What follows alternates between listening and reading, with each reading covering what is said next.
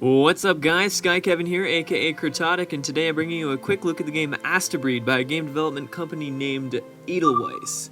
I'm going to be going over the basic functionality of the game as well as some tips and tricks to help you get ahead. So, let's get started.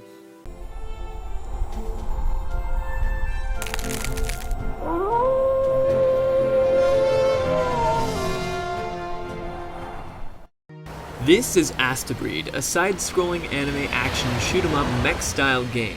To start, you have energy shots in your sword. The energy shot can be split by pressing the A button repeatedly or focused with the S button.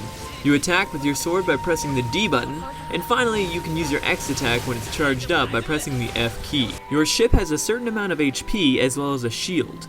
The shield can regen over time if you're not hit by any enemy projectiles. However, if it hits your direct HP, it won't regen afterwards. The game will change views from time to time, so be ready for that, but otherwise it's pretty straightforward on where enemies and projectiles are coming from, despite the elegant graphics. Lastly, the game has 6 chapters with ranging difficulties as well as scoring and leaderboards to keep you entertained.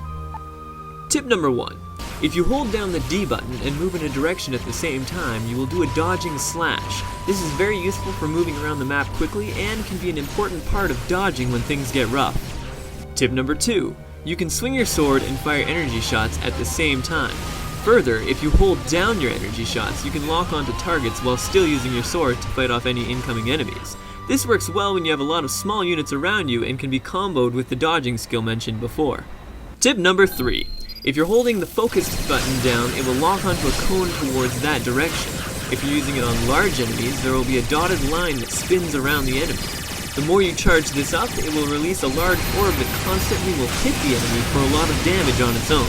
This is extremely useful for DPSing down bosses. Tip number 4. If you're not moving whatsoever, you can hold down the S button and the cone lock will automatically aim towards the enemy. This is great for when you're concentrating on dodging the boss's attacks. That's it for today guys. If you liked it, click here to subscribe to my channel or click here to see any of my previous lightning lessons. As always, I like hearing any feedback on what you guys thought of these, so please leave a comment down below if there's anything that's interesting you. As always, thanks for watching, and I'll see you next time.